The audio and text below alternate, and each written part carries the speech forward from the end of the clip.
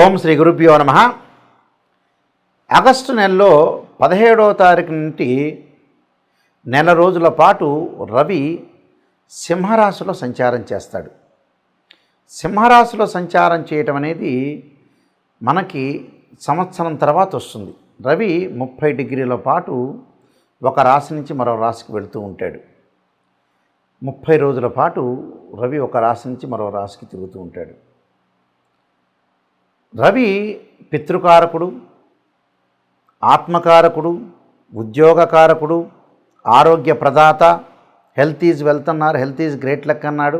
ఆరోగ్యాన్ని ఇచ్చేవాడే సూర్యభగవానుడు. సూర్యభగవానుడు ప్రత్యక్ష దైవం అంటారు మనం. రవిగ్రహం సంవత్సరం తర్వాత తన సొంత రాశిలోకి వస్తున్నాడు. ఎప్పటి నుంచి? ఆగస్టు 17వ తారీఖు నుంచి నెల రోజుల పాటు తన సొంత రాశిలో ఉంటాడు. ఇవి గోచారీత్యా చెప్పబడే ఫలితాలు.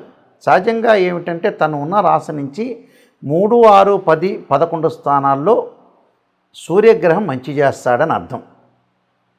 అలానే మనం బర్త్ చార్ట్ను కూడా చూసుకోవాలి, సూర్యుడు ఎక్కడున్నాడని. ఇవన్నీ కూడా గోచారీత్యా చెప్పబడే ఫలితాలే. కానీ సూర్యుడు సంబంధించింది సూర్య మహర్దశ, రవి మహర్దశ జరుగుతున్నాడా, రవి నీచ స్థానంలో ఉన్నాడా, మన జన్మజాతకం ఉచ్చ స్థానంలో ఉన్నాడా, రవి ఎక్కడున్నాడు, రవి సొంత రాశికి వచ్చినప్పుడు ఏ రాశుల వాళ్ళకి ఏ విధంగా ఉందో మనం తెలుసుకోవాలి. ఎందుకంటే నెల రోజుల పాటు సింహరాశిలో సంచారం చేస్తారు. అంటే ఆగస్టు 17వ తారీఖున మన ప్రారంభమై నెల రోజుల పాటు రవి సంచారం చేస్తాడు. ఈ సంచారం వల్ల ఎలాంటి ఫలితాలు ఉంటాయి, ఆరోగ్యపరంగా ఏ విధంగా ఉంటుంది. అదృష్టాన్ని ఇచ్చే గ్రహం ఏమిటంటే సూర్యభగవానుడే. ఈ సూర్యభగవానుడు ఏ స్థానాల్లో ఉంటే సుఫలితాన్ని ఇస్తాడు. ఈ గోచారాన్ని మనం పుట్టినప్పుడు ఉండే బర్త్ చార్ట్ని క్లబ్ చేసుకోవాలి. అంటే అక్కడ రవి మహర్దశ బాగా కలిసి వస్తుందా లేదా, ఇక్కడ గోచార రవి ఎలా ఉన్నాడు, అంటే గోచార రవిని అక్కడ జన్మజాతకంలో రవి ఏ స్థానంలో ఉన్నాడు, ఏమన్నా మహర్దశ జరుగుతుందా అనేది అనాలిసిస్ చేసుకొని మనం ముందుకు వెళ్తే రవి కలిసి వస్తాడా లేదా అనేది మనం తెలుసుకునే అవకాశం అనేది ఖచ్చితంగా ఉంటుంది. వృషభ రాశి వాళ్ళకి చతుర్థ స్థానంలో రవి యొక్క సంచారం వల్ల ఏ విధంగా జరగబోతుంది? చతుర్థ స్థానంలో సంచారం వల్ల ముఖ్యంగా వాళ్ళ కుటుంబంలో చిక్కులు రాకుండా చూసుకోవాలి. అంటే భార్యాభర్తల మధ్యలో అన్యోన్య దాంపత్యం చాలా ఇంపార్టెంటే. వైఫ్ అండ్ హస్బెండ్ రిలేషన్ చాలా మోస్ట్ ఇంపార్టెంటే. లాంగ్ రన్లో ట్రావెల్ చేయాల్సిన నెససరీ అనేది ఖచ్చితంగా ఉంటుంది. కాబట్టి భార్యాభర్తల ఏకాభిప్రాయం అనేది చాలా ఇంపార్టెంట్. భర్త ఒక మాట అనుకోండి, భార్య సర్దుబాటు చేసుకోవచ్చు. భార్య ఒక మాట అంటే భర్త సర్దుబాటు చేసుకోవాలి. మ్యూచువల్ అండర్స్టాండింగ్ అనేది చాలా ఇంపార్టెంట్. కరెక్ట్గా బాండింగ్ ఉండాలి. లైఫ్ని ఎలా ఎన్హాన్స్ చేసుకోవాలో మనం ఒక రికగ్నైజ్డ్ చేయాలి. ఒక ప్రాబిలిటీ, లైఫ్కి ఒక క్యాలిక్యులేషన్ అనేది చాలా ఇంపార్టెంట్. ఒక ఎస్టిమేషన్ అనేది చాలా ఇంపార్టెంట్. కాబట్టి ఇలాంటివన్నీ కూడా చూసుకోవాలి. కుటుంబం బాగుందంటేనే సంతానం బాగుంటుంది. సంతానం బాగుందంటే వాళ్ళు చదవగలుగుతారు. అంటే ఒక్కొక్క దానికి ఒక ఇంటర్ లింక్ జీవితంలో కూడా.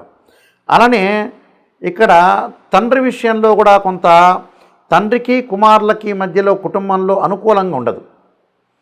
అంటే ఫాదర్కి సన్కి మధ్యలో రిలేషన్ అనేది చాలా ఇంపార్టెంట్ ఇక్కడ. అంటే తండ్రి కొడుకుల యొక్క అనుబంధం అనేది చాలా ఇంపార్టెంట్. తండ్రి దేహాన్ని ఇస్తాడట, కొడుకు దాన్ని చాలా చక్కగా నిర్వహించుకొని జీవితాన్ని, లైఫ్ని సెట్ చేసుకొని ముందుకు వెళ్తే పితృదేవతల యొక్క అనుగ్రహం కూడా లభించే అవకాశం ఉంటుంది. తండ్రి ముఖ్య కారకుడు లైఫ్లో. తల్లిదండ్రుల యొక్క రీప్లేస్మెంట్ ప్రపంచంలో ఎవ్వరూ ఆ రీప్లేస్మెంట్ చేయలేరు. కాబట్టి తండ్రిని గౌరవించండి, తండ్రితో మమేకంగా ఉండి ఆయన చెప్పినట్టు వినండి, తండ్రితో అనుబంధాన్ని ఖచ్చితంగా పెంచుకొని తీరండి. ఒకవేళ తండ్రి పొరపాటు చేసినా సరిదిద్దడానికి మార్గాన్ని చూసుకొని ముందుకు వెళ్ళాలి. కాబట్టి ఇలాంటి విషయాలు మీరు లోపం లేకుండా చూసుకోవాలి. సుఖ సౌఖ్యాలు కొంత లోపించే అవకాశం ఉంటాయి. సుఖాన్ని లోపించినా పర్వాలేదు, కానీ సుఖంగా ఉండటానికి ప్రయత్నం చేయండి. దాని తర్వాత ప్రతి పనిలో కూడా కొన్ని ఆటంకాలు అధికంగా ఉంటాయి. ఈ ఆటంకాలన్నీ కూడా తొలగటానికి నేను రెమెడీస్ అనేవి చెప్పబోతున్నా. ఆ రెమెడీస్ మీరు పాటించండి. అధిక కోపాన్ని తగ్గించుకోండి. భోజనం అనేది అధికంగా చేసే అవకాశాలు ఎక్కువ ఉంటాయి. నిద్రాభంగము అంటే నిద్రలేమి అంటారు. అంటే తొందరగా నిద్ర పట్టలేకపోవడం జరిగే అవకాశాలు ఎక్కువ ఉంటాయి. అలానే మనస్సును స్థిమితంగా ఉంచండి. ఆరోగ్యపరంగా దీర్ఘకాలిక వ్యాధులు ఉన్న వాళ్ళు ఇబ్బందులు లేకుండా చాలా జాగ్రత్తగా చూసుకోండి. అలానే విఘ్నాలు, ఏ జీవితంలో వీళ్ళకి విఘ్నాలు కలగకుండా ఈ నెల రోజుల పాటు విఘ్నాలు లేకుండా చూసుకోండి. మానసికంగా ప్రశాంతంగా ఉండండి.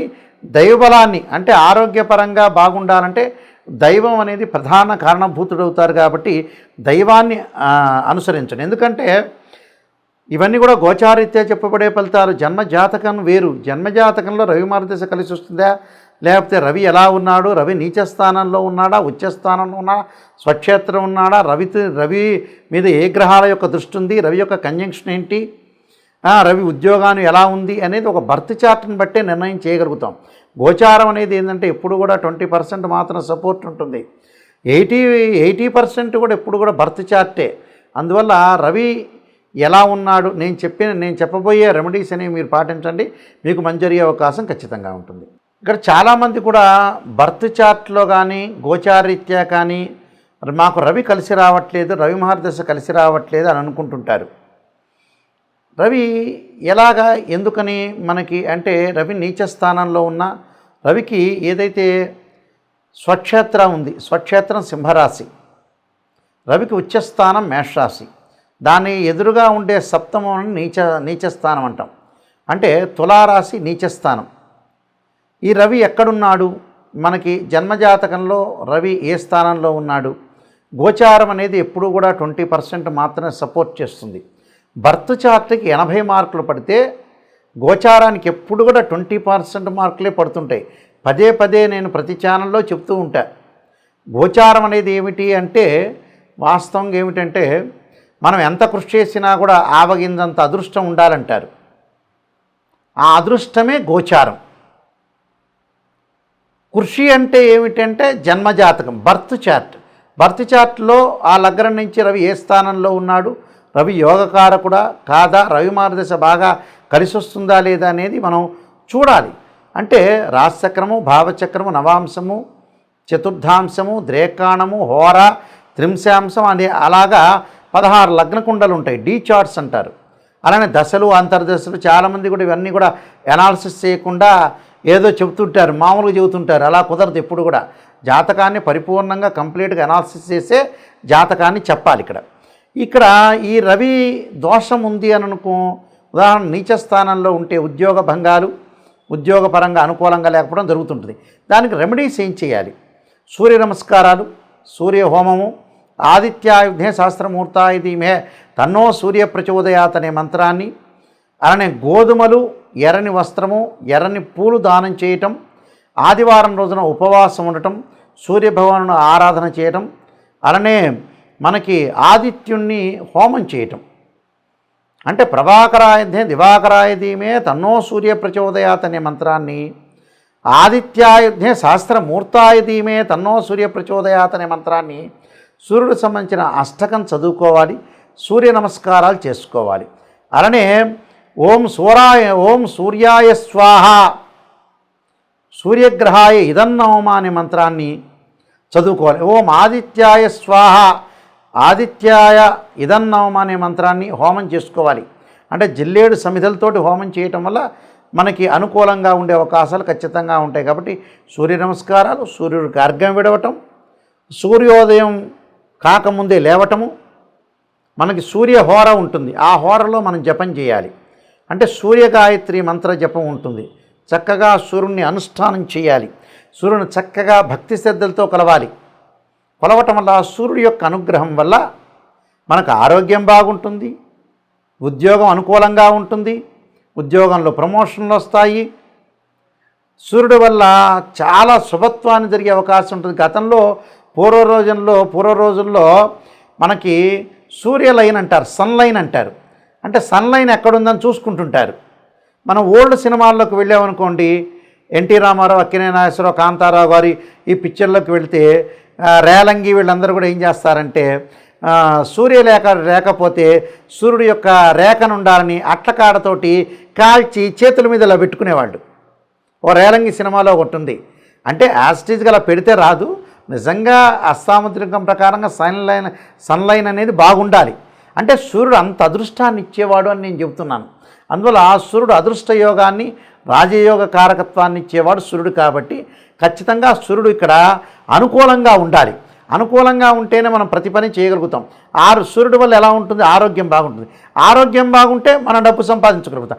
డబ్బు సంపాదిస్తే పెళ్లి చేసుకోగలుగుతాం. పెళ్లి చేసుకుంటే సంతానం కలుగుతుంది. సంతానం వల్ల స్థిరాస్తులన్నీ కూడా సంపాదించగలుగుతాం. సంతానం కోసం కష్టపడతాం, అదృష్టాన్ని పెంచుకుంటాం. That is the sun planet. అందువల్ల ఖచ్చితంగా సూర్యుడు ఎలా ఉన్నాడో మనం చూసుకోండి. మీ అందరికీ కూడా సూర్యగ్రహం అనుకూలత ఉండాలని ఆశిస్తూ సర్వే జనా సుఖినో భవంతు.